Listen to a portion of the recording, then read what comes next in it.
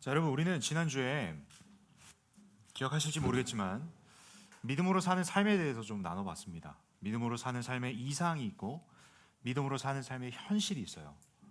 누군가는 이상을 바라보고만 있고 아무것도 안 하는 상태가 있을 수도 있고, 아니면 누군가는 이 현실에 빠져서 나는 자격 없어, 나는 죄인이야, 나는 예배할 수 없는 존재야 라고 늪에 빠져 있는 그러한 예수 사람들이 있었는지 모르겠습니다.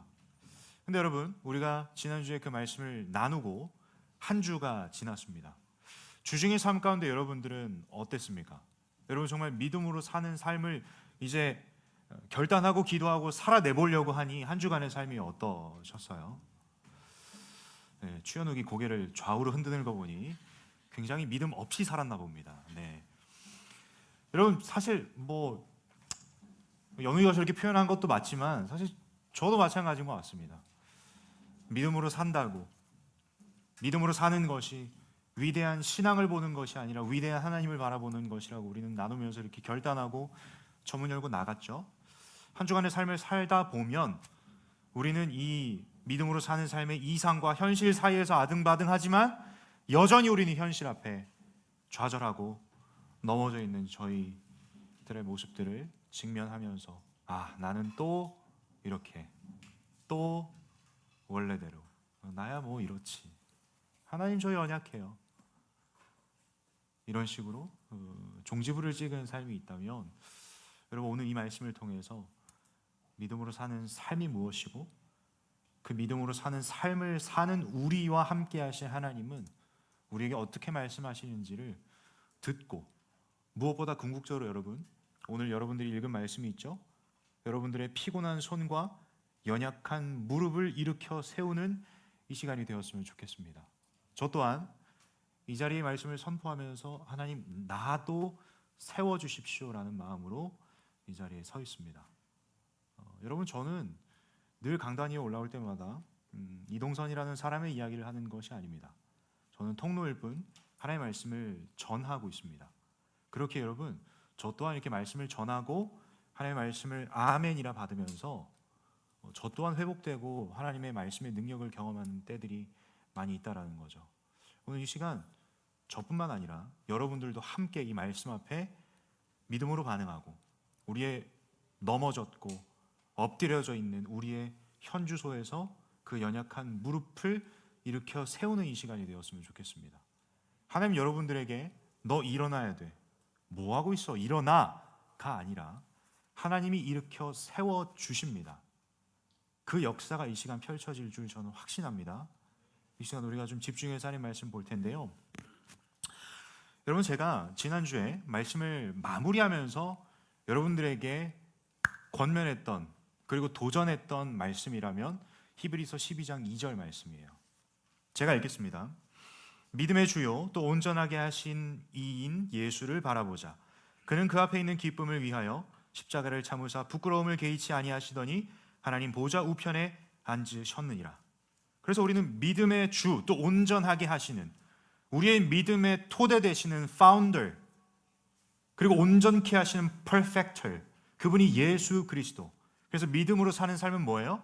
예수를 바라보는 삶이라는 거죠.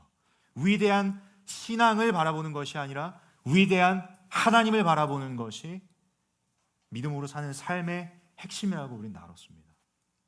근데 여러분 이 믿음으로 사는 삶이 무엇이다 라고 어떻게 같이 합시다 내용을 얘기하기 전에 이 히브리서 기자는 이렇게 이야기를 했습니다. 12장 1절인데요. 여러분 오늘 말씀 가운데 제가 사실 오늘 본문이 12장 12절 13절이지만 이건 여러분 우리가 결론으로 내릴 부분이고 사실 오늘 1절부터 쭉 살필 겁니다. 그래서 여러분 괜찮으시다면 여러분 가지고 있는 성경을 히브리서 12장을 딱 펴놓고 듣다가 보다가 하시면 될 것 같아요. 아시겠죠?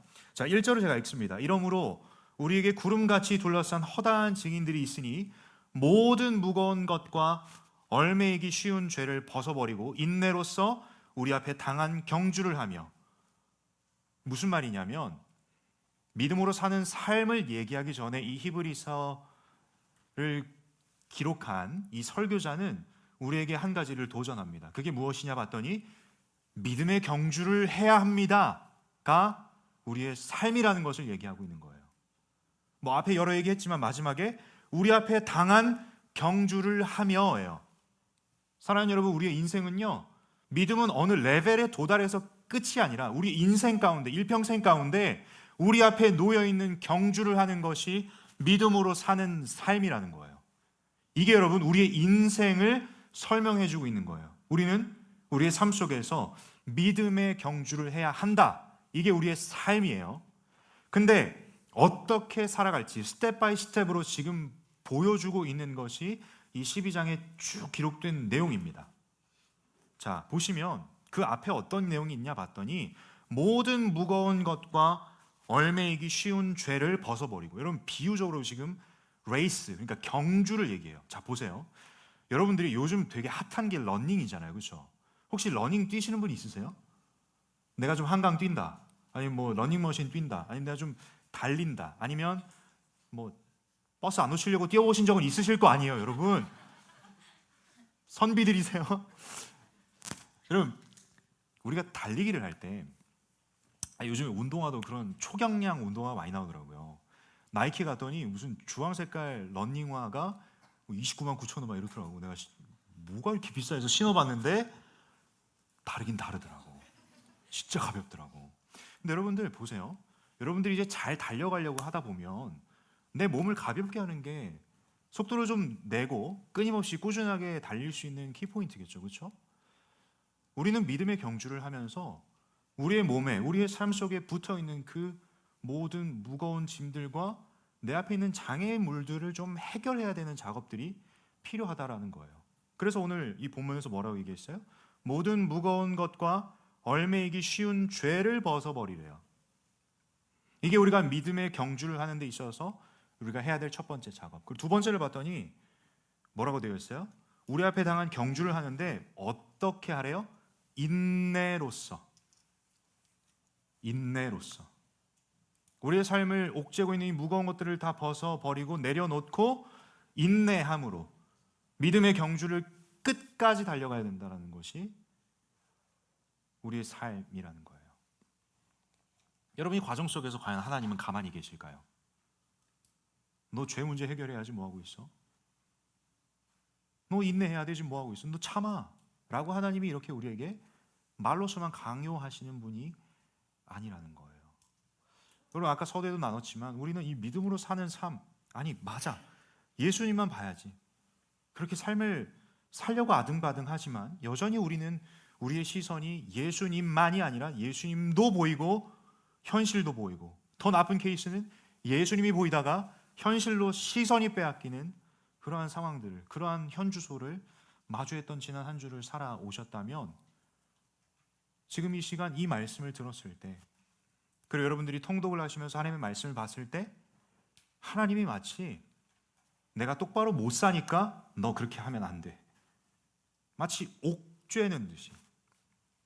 여러분, 제가 어제 토요 집회 때도 나눴는데 제가 이번 한 주간에 좀 마음이 조금 믿음으로 사는 것에 있어서 조금 어려움이 좀 있다고 인지를 해서 신명기 말씀과 레위기 말씀을 읽는데요, 거기 기록되어 있는 율법들과 규례들을 지키라고 하나님 말씀하세요. 근데 이 내용을 보자마자 제가 들었던 마음이 있다면, 하나님, 저 믿음으로 살려고 했는데 내 마음 가운데는 사실 하나님께 위로받고 싶었나 봐.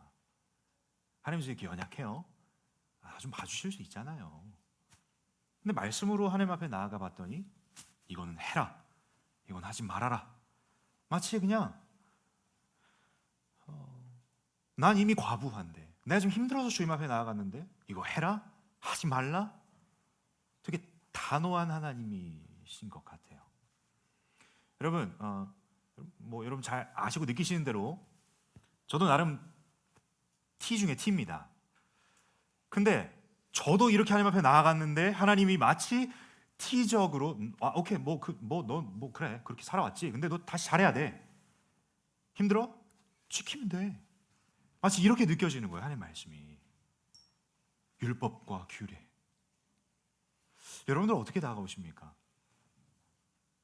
저처럼 한 주간의 삶 가운데 믿음으로 살려고 아등바등 해봤으나 여전히 쉽지 않았고 뭔가 불편한 마음으로 이 자리에 앉아 있다면 제가 지금 전하는 말씀이 들릴 때 여러분 마음은 어떻습니까? 잘 들리세요? 아니면 오늘도 또 한 소리 듣고 그래, 나는 제대로 못 살았어, 이번 주일 끝.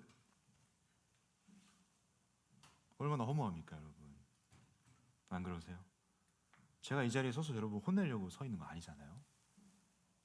저는 분명한 거 이 자리에서 하나님의 말씀을 전하고 하나님이 어떤 분이신지를 여러분들에게 전하려고 이 자리에 섰는데, 우리는 이제 그러한 흐름 속에서 혼나고 끝난다라는 생각으로 주일을 그렇게 마무리합니다. 허탈하죠? 언제 나를 위로할 수 있는 말씀이 들릴까? 매주마다 믿음으로 살아야 합니다.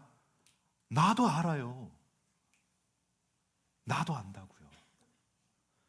여러분, 우리는 이러한 씨름 아닌 씨름들을 반복하고 있는 주일들을 보내고 있는 것 같아요. 근데 여러분, 오늘 본문 속에서 하나님은 어떤 분이신가 봤더니 갑자기 뜬금없이 이 저자는 이런 얘기를 합니다. 3절인데요, 제가 읽습니다. 너희가 피곤하여 낙심하지 않기 위하여. 이게 무슨 말이에요? 니네 피곤하고 낙심해. 그게 전제가 깔려 있는 거예요. 무슨 말인지 이해하셨죠? 피곤하고 낙심하지 않기 위하여라고 얘기했다면 이미 피곤하고 낙심한 걸 하나님이 아실까요? 모르실까요? 아세요. 그래서 그렇지 않으려면 이렇게 얘기합니다. 죄인들이 이같이 자기에게 거역한 일을 참으신 일을 생각하라. 또 얘기하죠. 뭐래요? 예수를 깊이 생각하래요. 여러분, 솔직히 와닿으십니까? 여러분, 갑자기 그치, 예수님이 이런 분이시지 라고 섬광처럼 스쳐 지나가는 뭔가 있으세요 지금? 표정을 보니 그건 아닌 것 같아요. 그래서 하나님이 오늘 본문 속에서 하나님이 어떤 분이신지를 소개하십니다. 간략하게 얘기하면 우리 하나님은요, 여러분, 징계하시는 하나님이세요. 징계하시는 하나님. 여러분, 이렇게 들었다면 이제 또 제가 주중에 경험했던 그 굴레 속에 빠져들게 됩니다. 마치 그냥 내가 물에 잠겨서 아무것도 못하고 숨조차 못 쉬고 마치 나를 옥죄는 듯한, 조여오는 듯한 그 압박감에 빠져있는 신앙생활에 직면할 수밖에 없다라는 거예요. 근데 여러분, 분명한 거 오늘 본문에서 하나님 뭐라 말씀하세요? 하나님 징계하신대요. 5절에 내 아들아, 주의 징계하심을 경히 여기지 말며 그에게 꾸지람을 받을 때에 낙심하지 말라. 여러분, 꾸지람을 들으면 우리의 마음은 어떻습니까? 아니, 어느 누가 꾸지람을 듣길 원할까요? 안 그러세요? 나는 누구한테 혼나는 거 되게 싫은데. 뭐 다들 그렇게 생각하지 않으세요? 근데 여러분, 마치 하나님께 꾸지람을 받을 때 낙심하지 마, 마치 이것조차 강요처럼 들려요. 야, 내가 혼내는데 하나님 마치 이렇게 하나님 하신 적 없습니다. 야, 내가 혼내는데 너 지금 낙심하니? 되게 무섭지 않으세요? 아니, 되게 이상하지 않으세요? 저도 이렇게 말씀을 쭉쭉쭉 읽어가는데 가뜩이나 내가 지금 숨도 못 쉬고 있는데 내가 지금 괜히 말씀 폈나? 이런 후회감이 밀려들어요. 여러분, 그래서 여기서 끝나면 여러분, 우리의 신앙생활에 믿음으로 사는 삶 속에서 내가 힘들면 말씀을 찾아가면 안 되겠구나가 결론이 돼요. 왜냐하면 하나님은 나를 끊임없이 옥죄시고 끊임없이 무언가 지키지 못한 것에 대해서 지금 꾸지람을 하시는 분으로 우리는 그렇게 내 머리로, 내 상황으로 하나님을 해석하기 때문이에요. 그런데 여러분, 하나님은요, 늘 여러분께 강조하지만 하나님은 우리가 해석하는, 우리가 정의하는 하나님이 아니라 말씀을 통해 하나님은 자기 소개를 하세요. 우리는 그 하나님을 믿어야 되는 거예요. 자, 그 다음에 내용을 봤더니 이제 비유적으로 좀 얘기를 하십니다. 7절에 보시면 너희가 참음은 징계를 받기 위함이라. 하나님이 아들과 같이 너희를 대우하시나니 어찌 아버지가 징계하지 않는 아들이 있으리요. 징계는 다 받는 것이거늘 너에게 없으면 사생자요 친아들이 아니니라. 여러분, 무언가 아버지와 자녀에 대한 그 관계를 비유적으로 이야기를 하는데요, 하나님이 저와 여러분을 자녀로서 징계하신다라는 것을 얘기하고 있는 거예요.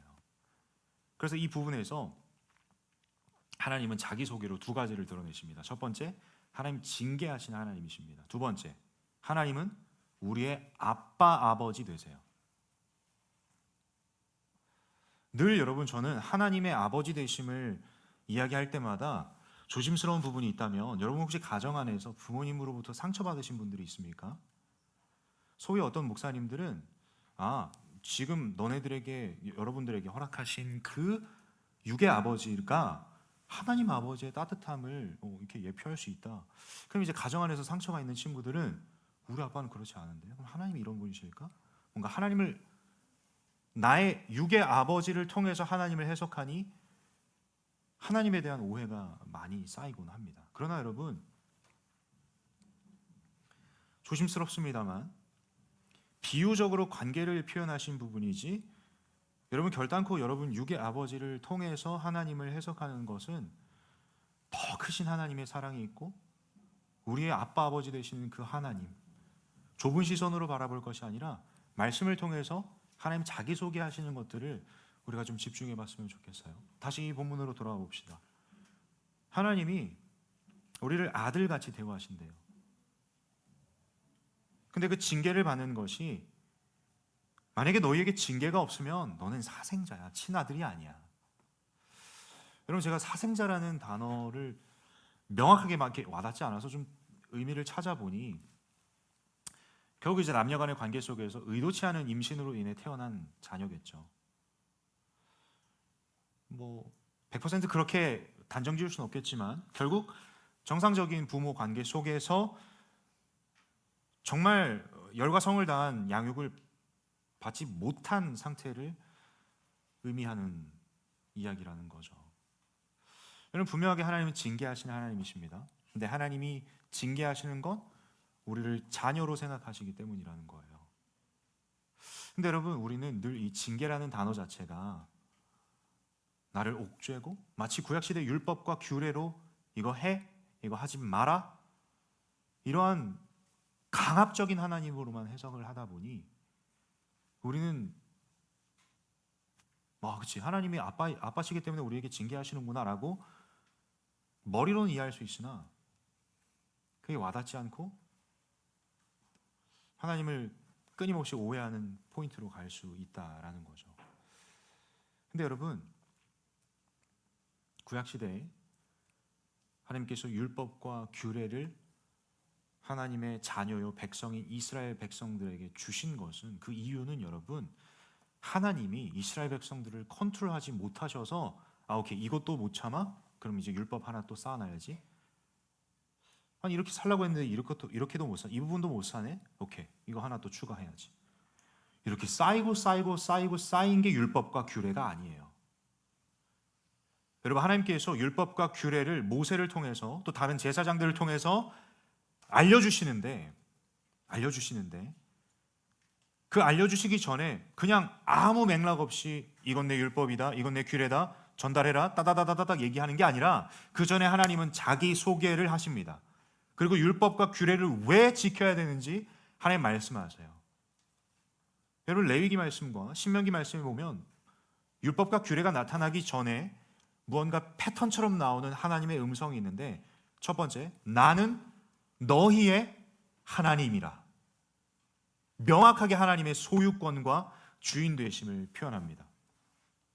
그리고 두 번째, 율법과 규례를 주신 목적이 명확해요. 너희들이 이 명령을 지키지 않으면 죽는다. 여러분, 근데 제 마음이 강팍하고 이 믿음으로 사는 삶이 흔들릴 때 이 말씀을 보니, 율법과 규례를 보니, 제 지난 주중의 삶의 그 상황입니다. 보니까 지키지 못하면 죽는데요. 이 말을 들었을 때 뉘앙스 자체가 나를 위한 얘기는 아닌 것 같고요, 그냥 심판으로 끝나는 것 같아요. 같았던 느낌이 있었습니다. 내가 그동안 그렇게 못 살았기 때문에 하나님 이렇게 말씀하시는구나.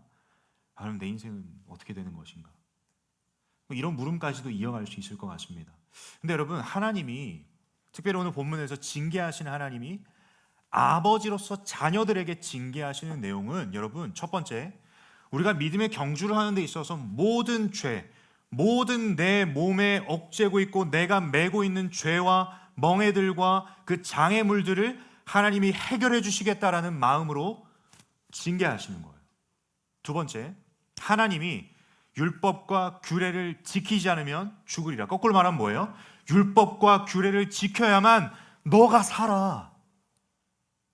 하나님 설득하시는 거예요. 왜? 여러분들 살리시려고. 여러분, 여러분들을 심판하시기 위해서 율법과 규례를 주신 게 아니라 여러분들을 죽음으로 내몰기 위해서 하나님이 율법과 규례를 주신 게 아니라니까. 하나님의 마음은요, 여러분들을 너무나도 사랑하세요. 그래서 여러분들을 살리시고자 이렇게 율법과 규례를 지켜야만 너희가 살아, 설득하시는 거예요. 여러분, 이 하나님 마음이 오늘 이 본문에서도 담겨 있다는 거죠. 우리 하나님은 징계하세요. 뭐에 대해서? 우리의 죄에 대해서 징계하세요. 여러분, 우리의 삶 가운데 죄라는 것이 있으면은요, 하나님과 우리 사이를 가로막을 수 있는 것이 아무것도 없어요. 우리가 지난 주일날 선포했던 말씀 기억하세요? 로마서 8장 38절 39절. 높음이나 기쁨이나 다른 어떤 피조물이라도 우리를 향한 하나님의 사랑을 끊을 수 없대요. 아멘이십니까? 근데 여러분, 하나님은 끊임없이 무조건적으로 그리고 계속해서 끊임없이 하나님의 사랑을 부어주십니다. 그러나 죄라는 것으로 컵이라고 하는 우리의 삶의 뚜껑을 닫아버리잖아요. 우리는 그 사랑을 누리지를 못해요. 이 죄 문제가 해결되지 않으면 여러분, 우리는 하나님의 사랑을 누릴 수 없다는 거예요. 그 하나님의 입장에서 여러분과 하나님과의 관계가 막히는 것을 원치 않으신데, 하나님이. 그래서 우리에게 필요한 게 있습니다. 죄 문제가 해결돼야 돼요. 그래서 우리 하나님은 징계하시는 하나님이세요. 뭐 때문에요? 죄 문제 해결하시기 위해서. 이 마음이에요. 징계하시는 건 오케이, 막 계속 이렇게 쳐다보시다가 못 지키고 못하는 것만 이렇게 찾으려고 하는 분이 하나님이 아니라 나보다 나를 더 잘 아세요. 하나님의 자녀가 죄에 빠지는 것을 하나님이 염려하고 계세요. 그래서 죄에 갈 것 같으면 하나님이 징계를 하시는데, 죄에 대해서 징계를 하시는데 뭔가 다급한 하나님의 마음도 담겨져 있는 것 같아요. 너 그렇게 하면 죽어. 안 돼.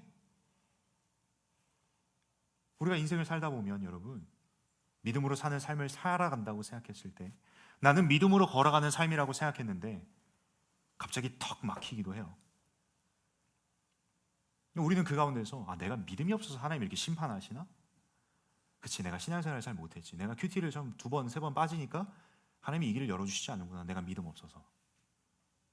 여러분, 이러한 역사하심이 하나님의 일하심이 아니에요. 여러분, 무언가 삶 가운데 턱 막혀져 있는 느낌이 드십니까? 여러분, 하나님이 여러분을 살리시기 위해서 잠시 여러분들에게 잠깐만 멈춰볼래? 하나님 징계하세요. 여러분, 그래서 우리는 오늘 이 시간을 통해서 우리 하나님 징계하시는 하나님이신데요, 여러분, 징계와 징벌 혹은 심판은 다른 겁니다. 여러분, 영원한 하나님의 나라, 예수 그리스도께서 이 땅 가운데 다시 오실 때 영원한 하나님의 나라가 임함과 동시에 하나님의 심판이 임합니다. 우리는 그때는 알 수 없지만 우리는 끊임없이 믿음의 경주를 하는 상황 속에서 여러분, 영원한 심판을 앞두고 있는 우리가 죄 문제가 해결되지 않으면 여러분이 생각하는 그 징벌, 심판이 우리의 삶 가운데 임했을 때 어느 누구도 책임져 줄 수 없어요. 그러나 믿음의 경주를 하는 저와 여러분의 그 죄 문제를 계속해서 하나님 해결하시고자 우리를 징계하신다라는 거예요. 여러분, 저는 레위기와 신명기 말씀을 읽으면서 율법과 규례를 주시고 이걸 지켜야만 너네가 살아, 이 하나님의 사랑을 느끼니 저는 믿음으로 사는 삶 속에서의 징계 너무나도 따뜻하게 느껴집니다. 하나님의 징계하심이 그 오해가 풀리기 시작하더라고요. 그러니까 여러분 자연스럽게 내 시선이 예수 그리스도께로 가더라고요. 여러분 이 시간 우리 모두는 오늘 본문 말씀처럼 믿음으로 사는 삶, 이 경주를 이어나가야만 합니다. 믿음으로 산다는 것 우리의 어떠함으로 할 수 없기에 우리의 어떠함으로 연약해서 계속 흔들려요. 그러나 하나님은 여러분들을 징계하세요. 오늘 이 시간부로 이 말씀을 토대로 징계하시는 하나님, 이 징계하신 하나님이 나를 옥죄시고 나를 그냥 괴롭히시고 내 앞길을 막으시는 하나님이라는 착각에서 벗어나서 우리를 살리시기 위해 아등바등하시는 그 하나님의 사랑의 마음을 깨닫는 이 시간 되었으면 좋겠어요. 그 사랑하시는 하나님이 또 이렇게 말씀하십니다. 여러분 오늘 본문 9절에 보시면은요, 징계하시는 하나님, 이 하나님으로부터 시작된 이 비유적인 관계를 이야기했다면 이제 그 징계를 받는 자녀의 반응을 이야기하고 있습니다. 보세요, 9절. 또 우리 육신의 아버지가 우리를 징계하여도 공경하였거든 하물며 모든 영의 아버지께 더욱 복종하며 살려 하지 않겠느냐. 여러분 우리가 선생님 또는 선배들에게 뭔가 피드백이나 꾸지람을 들었어요. 뭔가 뭐 이렇게 혼났다 칩시다. 통상적으로 우리가 반응하는 건 오케이, 수긍이 되니까, 납득이 되니까 인정하면서 제가 잘못했습니다, 다시 한번 고쳐 나가겠습니다 하면서 그 한 번에 관계가 깨지지 않고 공경을 합니다.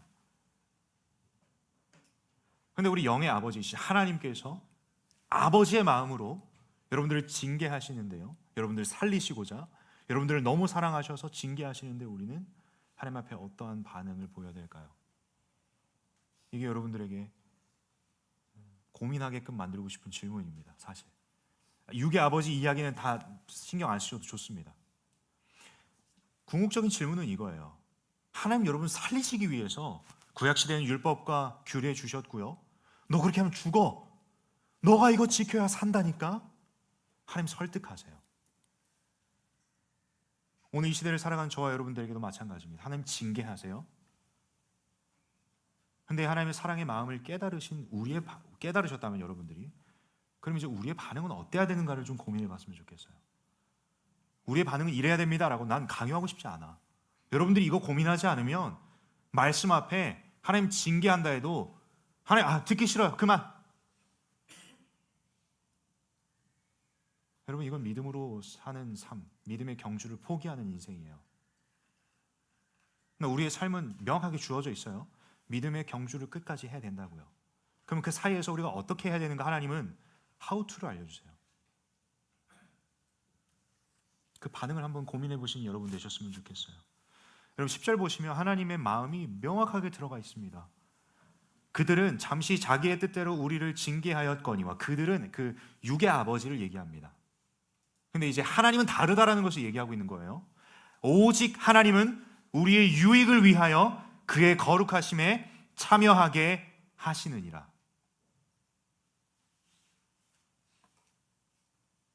여러분 하나님은 징계하신 이유는 딱 한 가지예요. 뭐예요? 우리의 유익을 위해서예요. 우리를 살리시기 위해서예요.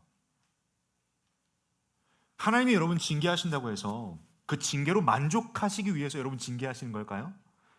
마치 막 경찰들이 이렇게 도란법판에 서서 뭐 이렇게 뭐랄까요, 이렇게 업적을 쌓기 위해서 여러분 뭐 교통 그 신호 안 지키는 걸 막 체크하듯이 하나님이 여러분 삶 보시고 오케이, 이동선 너 이거 안 됐어, 체크.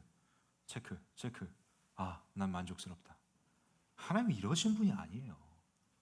우리의 유익을 위해서, 우리를 살리시기 위해서라는 거예요.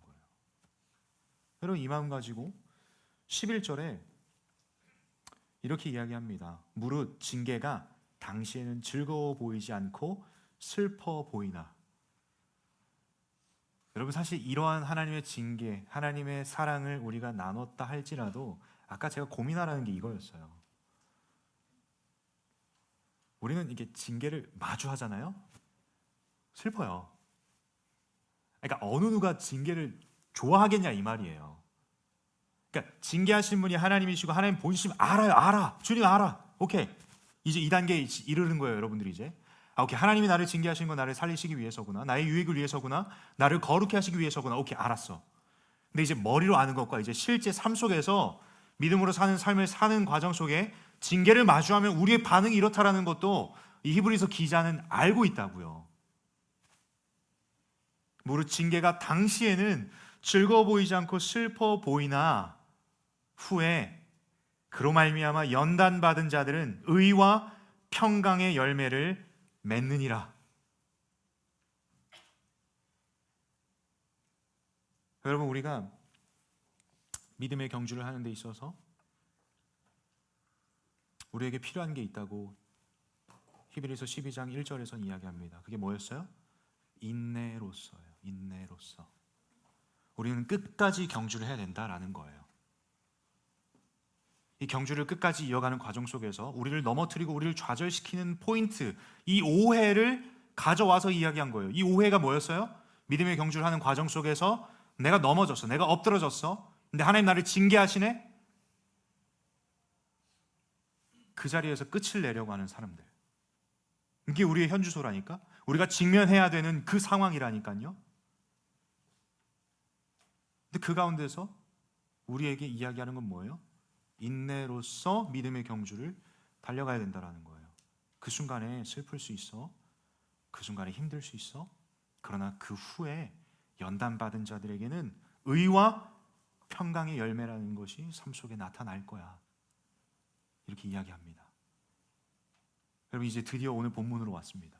그래서 여러분, 하나님이 이 시간 하나님의 자기소개를 하면서 우리가 앞으로, 우리가 지금도 믿음으로 사는 삶에 넘어졌던 한 주간을 보냈는데 하나님을 오해하고 원망하고 그 자격 없음을 내 스스로 빠져서 그저 절망 속에 그대로 넘어져 있는 사람들에게 하나님은 오늘 이와 같이 우리의 앞선 믿음의 경주에도 이러한 일이 일어날 거야. 그리고 하나님이 오해를 푸세요. 근데 그 순간에 내가 너를 징계할 건데 너가 이렇게 해야만 살아. 내가 너를 싫어해서가 아니라 너가 이렇게 해야만 살아. 난 너를 살리고 싶어. 우리 하나님의 마음이에요. 그리고 나서 하나님은 이 작업을 하십니다. 여러분, 우리 큰 목소리로 12장 12절과 13절을 함께 읽겠습니다. 자, 하나님의 말씀입니다. 그러므로 피곤한 손과 연약한 무릎을 일으켜 세우고 너희 발을 위하여 곧은 길을 만들어 저는 다리로 하여금 어그러지지 않고 고침을 받게 하라. 우린 넘어졌습니다. 믿음으로 사는 삶 속에서 넘어졌어요. 근데 하나님이 오해를 푸셨어요? 그러고 끝난 게 아니에요. 우리 하나님은요, 여러분, 고린도전서 말씀에서도 여러분 나와 있듯이 하나님의 나라는, 하나님의 말씀은 말에 있지 않고 능력에 있어요. 그래서 하나님이 여러분들을 이 시간 일으켜 세우시길 원하신다라는 거예요. 그러므로 피곤한 손과 연약한 무릎을 일으켜 세우고 다시 일어나라는 거예요. 다시 일어나라고. 그리고 나서 13절에 너희 발을 위하여 곧은 길을 만들어.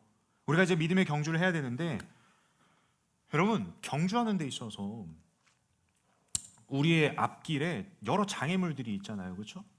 여러분들을 흔드는 세상의 수많은 유혹들이 있을 수도 있고, 믿음으로 사는 삶을 방해하는 방해 요소들이 있을 수 있고, 죄악된 모습들이 있을 수 있단 말이죠.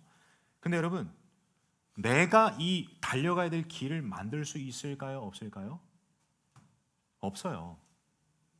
여러분 생각해 보세요. 나 진짜 웃긴 표현이긴 한데, 내가 이렇게 러닝으로 달려가는데 내가 길을 만들면서 달려갈 수 있겠습니까? 뭐 비키세요 하면서 여러분 도로 한복판 한가운데 뛰시겠습니까? 이게 아니라는 거죠. 우리의 달려갈 길은 정해져 있는데 곧은 길을 만들어, 이게 무슨 말일까요? 아니 주님, 난 달리기도 벅찬데 내가 무슨 길을 만듭니까? 근데 여러분 그거 아세요? 우리가 달려가야 될 길은요, 예수님께서 이미 만들어 주셨어요. 우리의 삶 속에, 우리의 상황과 환경 속에 팽배해져 있는 죄 문제, 예수님이 다 해결해 주셨어요. 내 눈앞에 있는 장애물 예수님이 보혈의 능력으로 다 해결해 주셨어요. 고든 길을 만들라는 건 예수를 바라보라는 거예요. 우리의 삶 속에 믿음의 경주 앞에 내 시선이 다른 쪽에 분산해서 이쪽으로 달려갔다 이게 아니라 예수만 바라보면 고든 길로 가는 거예요. 여러분들에게 길을 만들라고 강요하신 게 아니라 나 좀 봐줄래? 이 이야기를 하시고 있는 거예요. 여러분 달리기 할 때 앞에 안 보고 어디 보고 뛰십니까? 여기 뛰다가 갑자기 막 베스킨라빈스 보면서 오, 이게 뛰다가 갑자기 풍경이 좋아서 오. 여러분 과연 잘 뛰어질까요? 적어도 앞만 보고 뛰는 사람과는 다르겠죠. 여러분 경주마들에게 마스크를 씌우는 거 아세요? 말은 여러분 꽤나 시선이 예민해서요. 이렇게 마스크를 씌우는 게 앞만 보게 하기 위해서요. 옆 시야를 가리기 위해서예요. 그리고 우리는 이 경주 앞에서 이 길도 있고 저 길도 있고 이 길도 있어 보이네, 저 길이 빨라 보이네, 이게 아니라 여러분 예수만 바라보고 뛰는 거예요. 근데 여러분 그 다음에 어떻게 기록되어 있냐 봤더니 저는 다리로 하여금 어그러지지 않고 고침을 받게 하라. 우리는 한번 넘어져 봤기에 넘어지면서 우린 다쳤어요. 믿음으로 사는 삶 속에서 넘어지면서 우리의 인생 가운데 상처들이 생깁니다. 아픔들이 생겨요. 근데 여러분 하나님은요, 여러분들을 그냥 야 뭐해 일어나 이게 아니에요. 일으켜 세우심과 동시에 하나님은 치유와 회복의 역사로 다시 달려갈 힘을 주시는 분이 우리 하나님이시라는 거예요. 사랑하는 여러분, 이제 말씀을 마무리할 텐데요, 우리가 지난 주일날 믿음으로 사는 그 삶이 어떤지를 나눠봤습니다. 지난 한 주간의 삶을 살면서 믿음으로 살아보려고 아등바등했지만 그 현실과 이상 사이에서 고민하고 있는 상황 속에서 우리는 여전히 좌절합니다. 그 가운데서 믿음으로 사는 삶을 산다라고 내가 결단하고 달려가지만 내 눈앞에 보이는 나의 연약함, 내 눈앞에 보이는 나의 죄악된 모습, 여러분 그 가운데 우리는 넘어졌고요, 그 가운데서 우리는 좌절합니다. 나는 믿음으로 사는 삶을 살 수 없는 존재구나.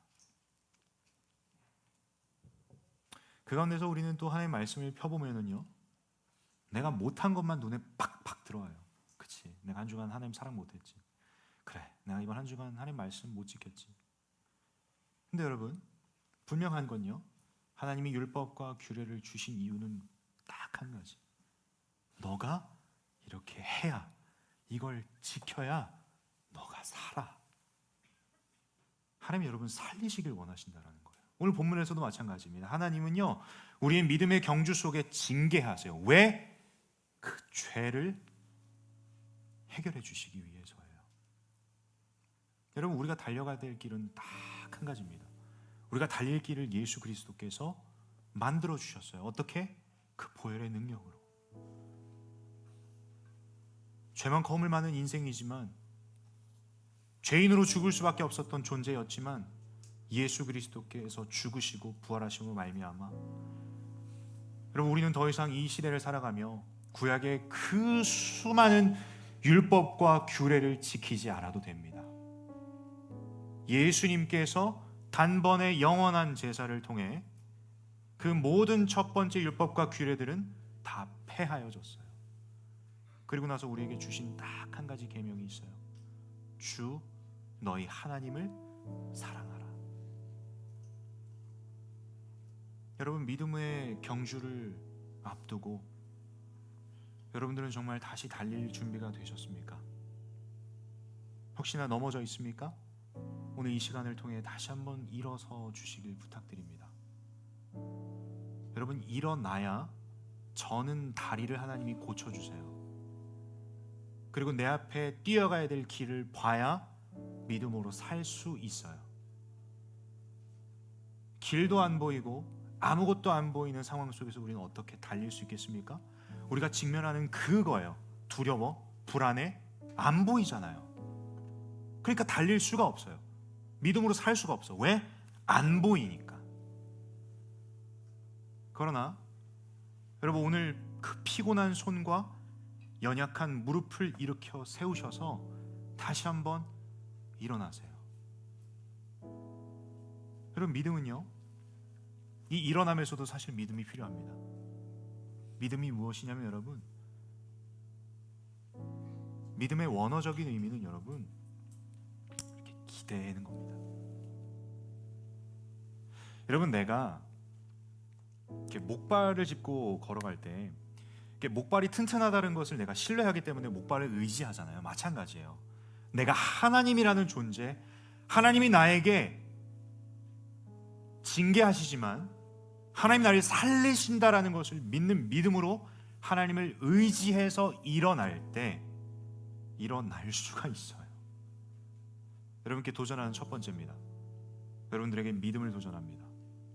이 시간 다시 한번 하나님을 의지하시고 다시 일어나셨으면 좋겠어요. 두 번째, 일어나면요 여러분, 더 나아가서 여러분들의 연약함과 여러분들이 저는 다리로 표현하잖아요. 내가 지금 달려가야 되는데 다리를 절고 있어. 여러분들에게 상처들, 여러분들이 믿음으로 사는 삶 속에서 오해와 넘어짐으로 인해 겪은 상처들과 아픔들이 있다면 그거 들고 하나님 앞에 이 시간 기도하세요.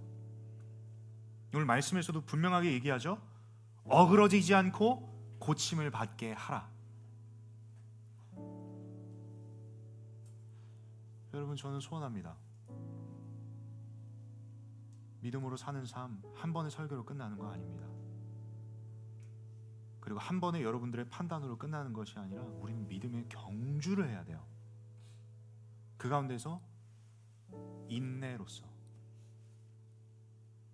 나를 연단시키시고 단련시키시는 그 하나님의 그 신실하심을 믿는 믿음으로 넘어지고 일어나고 넘어지고 일어나고 반복할지라도 여러분을 믿지 말고요, 넘어진 나를 믿을 수 있겠습니까? 여러분, 이미 넘어져 있는 나인데.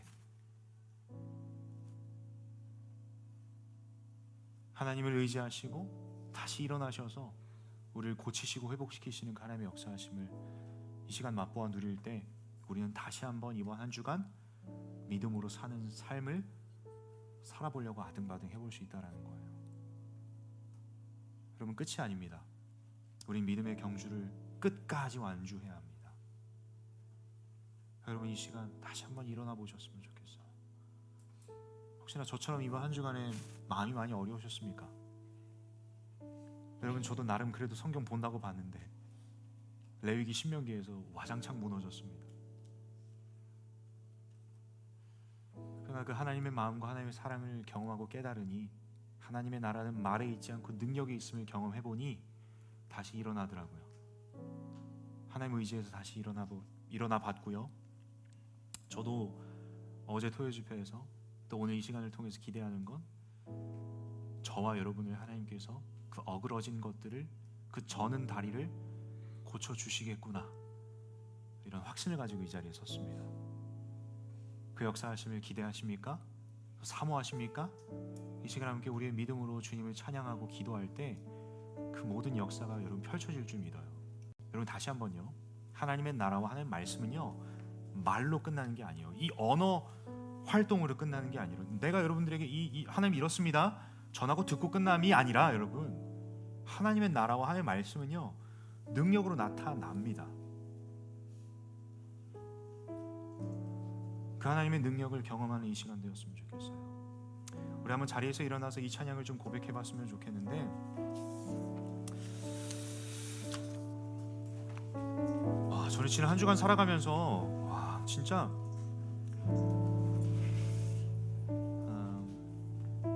그 하나님의 징계가 이 찬양의 가사처럼 시련처럼 느껴지더라고요. 근데 다시 하나님의 사랑을 경험하고 이 찬양의 가사를 보니 내게 허락하신 시련을 통해 나의 믿음 더욱 강하게 자라나고, 내가 이 시련과 하나님의 징계하심으로 내가 주님을 더 바라볼 수 있겠구나, 이러한 은혜가 있더라고요.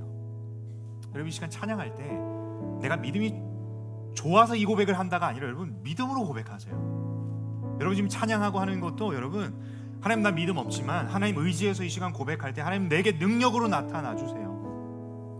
이 간절함으로 좀 찬양해 봤으면 좋겠어요.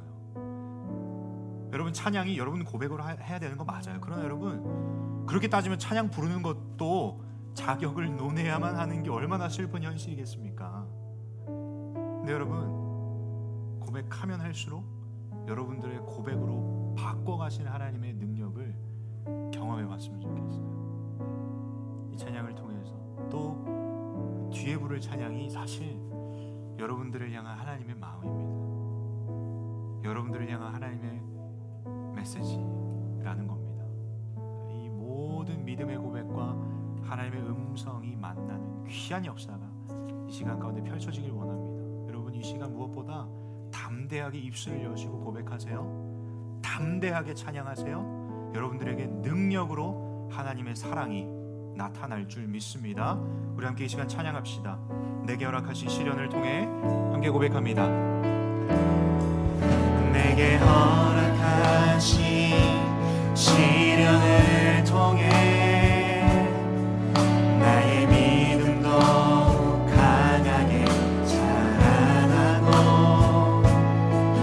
험한 산과 골짜기 지나는 동안 주께 더 가까이 나를 이끄시네. 내가 겪는 시험이 여러분 이 모든 시험이 우리 하나님보다 크지 않음을 고백합시다. 아멘. 주님 우리의 믿음의 고백을 받아주십시오. 내 앞에 바다가 갈라지지 않으며 주가 나로 바다 위 걷게 하리. 나는 믿네. 나는 믿네. 주의 능력으로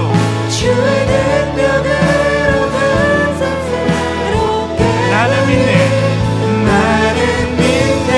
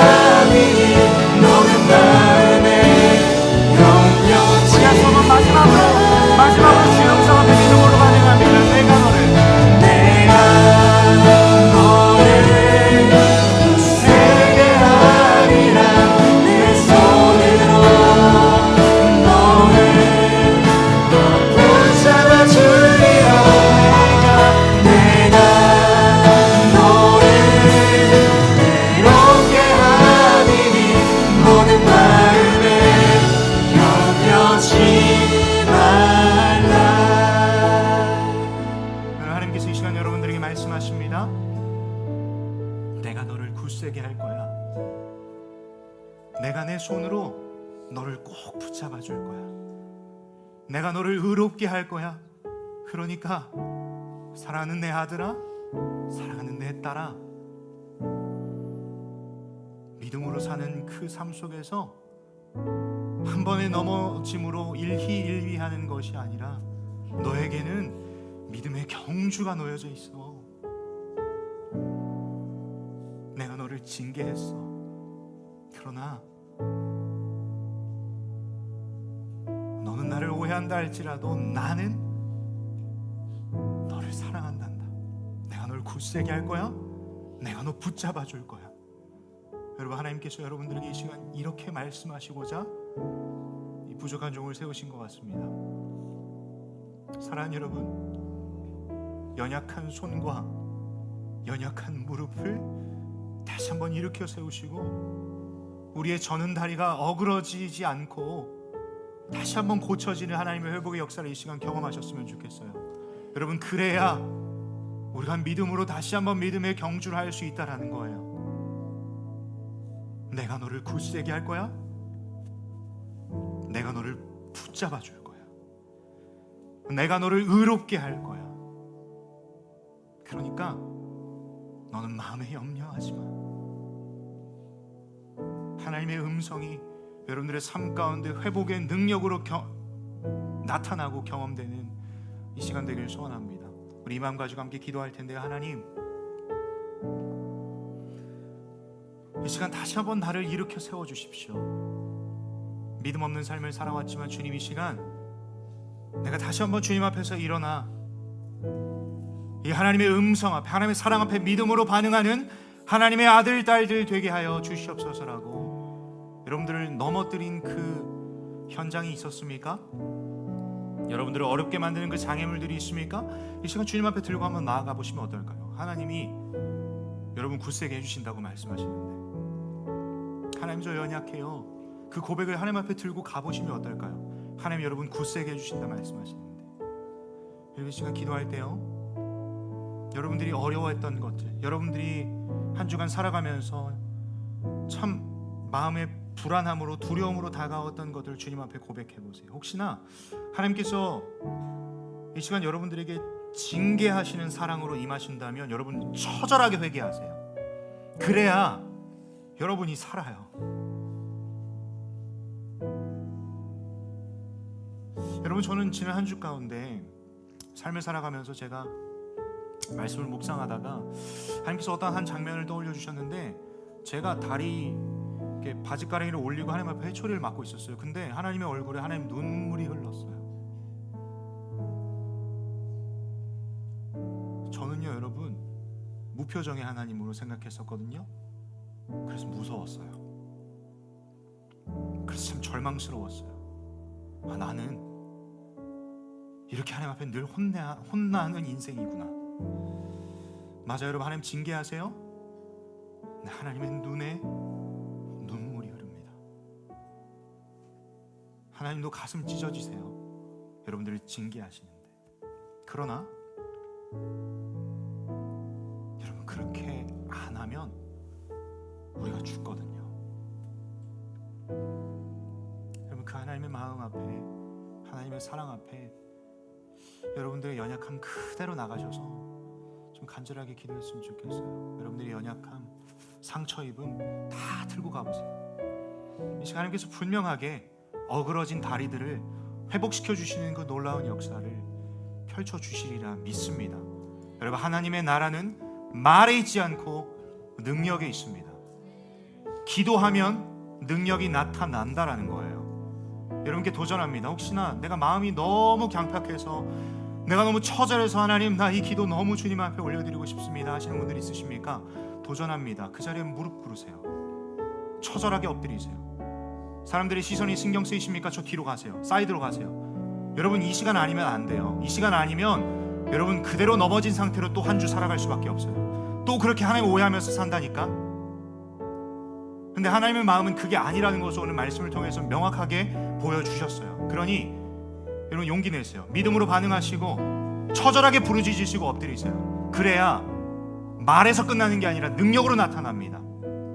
여러분 이 시간 기도할 텐데 저를 따라하면 외치시고 함께 간절함으로 주님 앞에 나아갑시다. 저를 따라 외칩니다. 주여 은혜를 주옵소서. 주여 은혜를 주옵소서. 주여 은혜를 주옵소서. 주여 은혜를 주옵소서. 우리 간절하게 주님 앞에 나아갑시다. 함께 기도합니다. 아버지 하나님 이 시간 주님 앞에 나아갑니다. 하나님 우리의 넘어짐과 우리의 연약함 그대로 주님 앞에 나아갑니다. 하나님 우리를 굳세게 하시고자, 우리를 붙잡아 주시고자, 우리를 의롭게 하시고자 예수 그리스도를 보내시고 죽으시고 부활하심으로 말미암아 우리는 그 구원을 맛보고 기쁨을 누려야 되는 존재인데, 하나님 우리의 삶 속에 믿음으로 산다고 하나님 도전하며 결단했지만 하나님 여전히 넘어져 있습니다. 여전히 하나님을 오해합니다. 하나님의 징계하사 앞에, 그 사랑 앞에 하나님 우리는 여전히 숨이 턱 막히고 하나님 불안해합니다. 하나님 이 시간 다시 한번 우리를 일으켜 세워주시옵소서. 다시 한번 하나님의 사랑을 경험하고 느끼는 시간 될 수 있도록 아버지와 역사하여 주시옵소서. 하나님 목요일 이 시간 하나님의 징계하심의 역사가 이 시간 펼쳐진다면 처절하게 그 죄의 문제를 가지고 주 앞에 해결하고 주 앞에 회개하는 시간 될 수 있도록 성령께서 이끌어 주시옵소서. 주님의 시간 가운데 주님이 임재하시고 찾아가시고 위로하시고 역사하여 주시옵소서. 다시 한번 이를 삶에 일으켜 세워주시옵소서.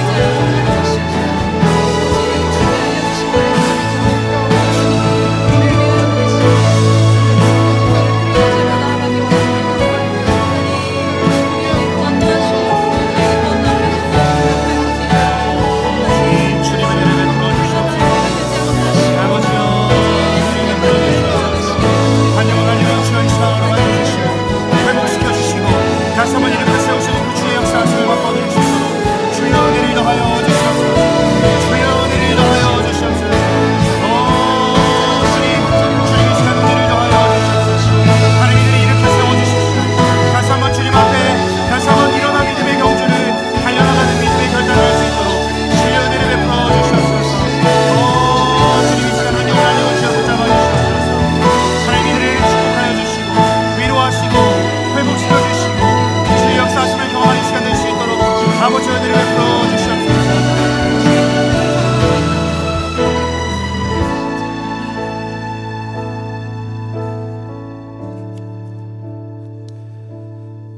하나님의 말씀입니다. 이스라엘아 들으라. 우리 하나님 여호와는 오직 유일한 여호와이시니 너는 마음을 다하고 뜻을 다하고 힘을 다하여 내 하나님 여호와를 사랑하라. 오늘 내가 내게 명하는 이 말씀을 너는 마음에 새기고 내 자녀에게 부지런히 가르치며 집에 앉았을 때에든지 길을 갈 때에든지 누워있을 때에든지 일어날 때에든지 이 말씀을 강론할 것이며 너는 또 그것을 내 손목에 메어 기호를 삼으며 내 미간에 붙여 표로 삼고 또 내 집 문설주와 바깥문에 기록할지니라.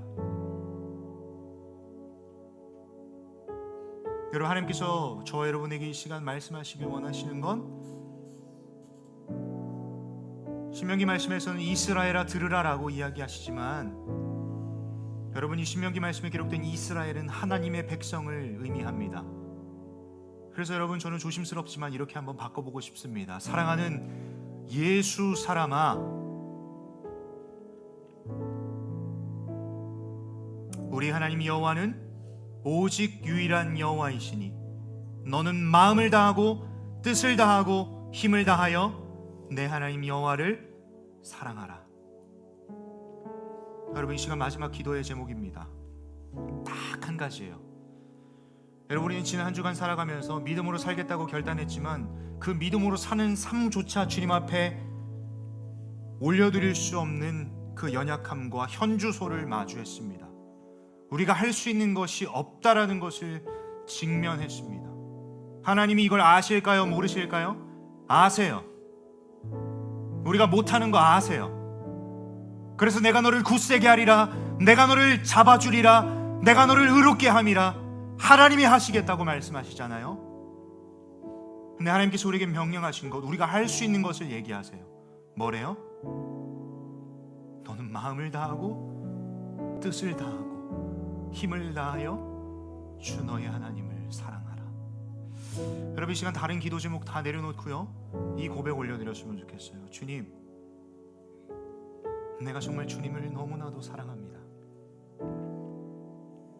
하나님, 제가 할 수 있는 것이 아무것도 없지만 여전히 넘어져 있고 저는 다리로 존재한 나지만 하나님의 큰 무한하신 사랑과 끊을 수 없는 사랑 앞에 내가 할 수 있는 것 딱 이거 하나입니다. 주님, 내가 주님을 사랑합니다.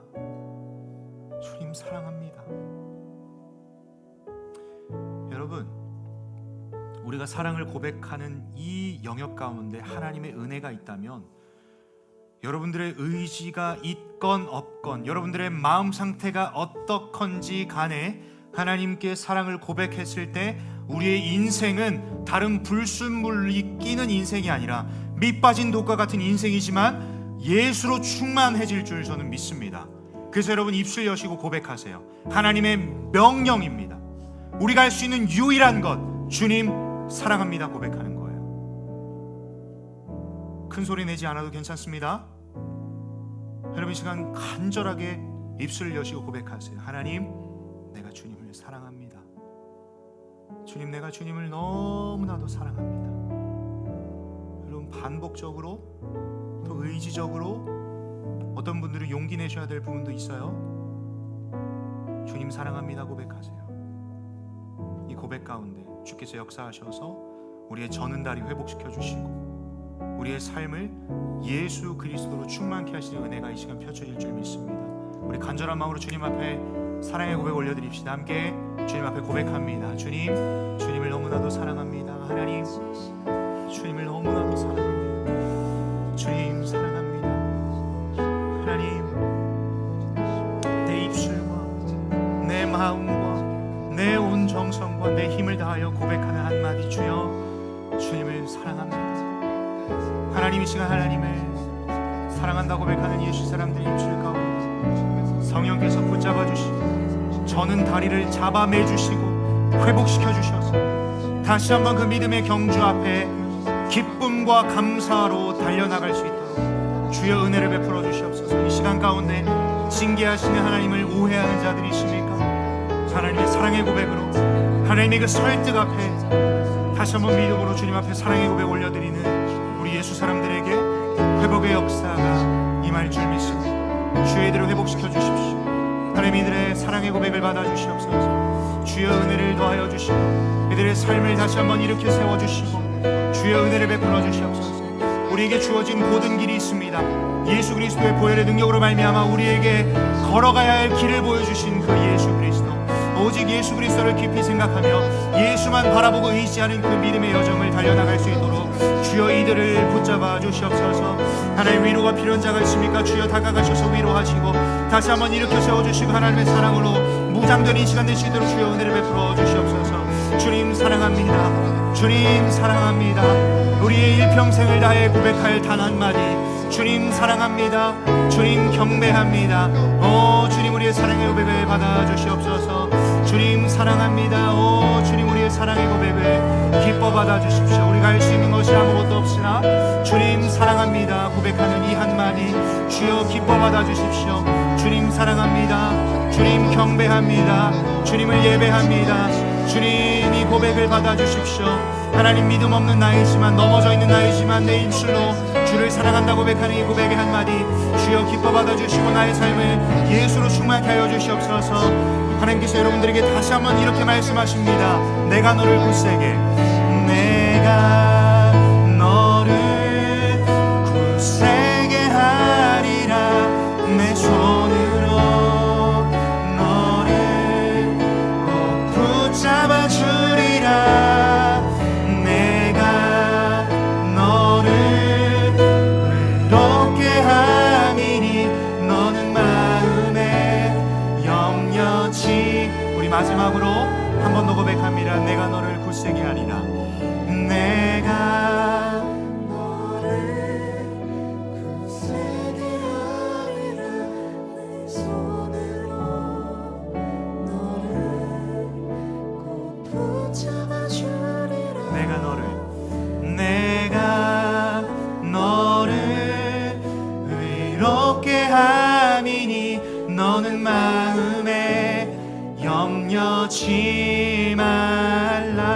너는 마음에 염려치 말라. 너는 마음에 염려치 말라. 여러분 양손을 가슴에 모으고 함께 기도합니다. 하나님, 이 시간 주의 말씀을 들었습니다. 주의 음성을 들었습니다.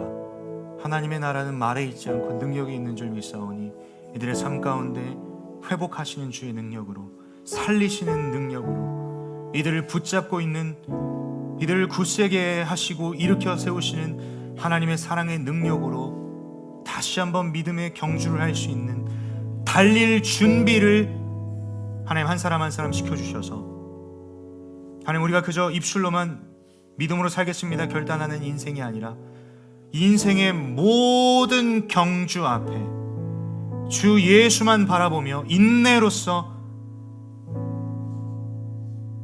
주를 향해 달려가는 우리 예수 사람들 될 수 있도록 주여 인도하여 주십시오. 이 시간 하나님, 많은 회복의 역사가 있으리라 믿습니다. 이들의 눈물이 결코 헛된 눈물이 아니라 하나님의 회복의 눈물이요, 하나님의 위로하심 앞에 믿음으로 반응하는 눈물인 줄 믿습니다. 그저 이 집회실의 분위기로, 찬양의 가사로 감정뿐인 눈물이 아니라 주께서 허락하신 눈물, 더 나아가 하나님 눈에 맺힌 그 눈물인 줄 믿습니다. 주여, 우리를 다시 한번 불쌍히 여겨주십시오. 다시 한번 일으켜 세워주시고 달려나갈 준비를 이 시간 시켜주셔서 저 세상 앞에서 우리의 시선에는 수많은 길들이 보이지만 우리에게 고든 길을 허락하신 예수 그리스도, 그 예수 그리스도를 바라보는 믿음으로 그 고든 길을 달려나가는 우리 예수 사람 될 수 있도록 인도하여 주시옵소서. 이들의 믿음의 경주 앞에 하나님을 오해하는 그러한 마음과 생각으로 가득 찬 삶이 아니라 하나님이 부족한 종을 살리시고 일으켜 주셨듯이 우리 예수 사람들 또한 혹시나 지금 이 시간 넘어져서 낭망하고 절망하고 하나님 두려워하는 예수 사람들이 있습니까? 동일한 은혜 베풀어 주시고 하나님의 사랑을 오해하는 것이 아니라 너가 이렇게 해야 살아, 나는 너를 살리길 원해, 이 하나님의 마음과 하나님의 심정을 깨닫는 이번 한 주간의 역사, 한 주간의 삶이 될 수 있도록 주님 은혜를 베풀어 주시옵소서.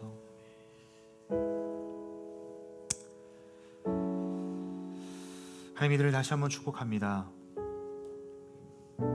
청년의 때에 믿음 가지고 살아가기가 어찌나 힘든지요,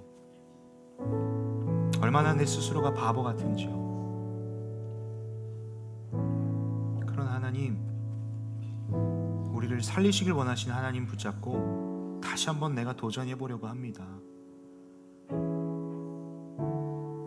다시 한번 내가 살아보려고 합니다. 과정 속에서 함께 하시는 하나님을 경험하는 은혜가 있게 하시고, 말씀의 자리에 나아갈 때 내 감정으로 하나님을 오해하는 것이 아니라 하나님의 사랑의 메시지, 하나님의 마음을 깨닫는 말씀 묵상의 자리 되게 하시고, 예배의 자리, 기도의 자리 가운데 하나님과 친밀한 교제 나눔으로 다시 한번 또 일어나고 또 일어나는 역사가 우리의 삶 가운데 펼쳐질 수 있도록 주여 은혜를 베풀어 주시옵소서. 그렇게 이끄시고 우리와 늘 함께 하시며 우리를 살리시길 원하시는 주 예수 그리스도의 이름으로 간절히 기도했습니다. 아멘. 우리 주님 앞에 영광의 박수 올려드립니다.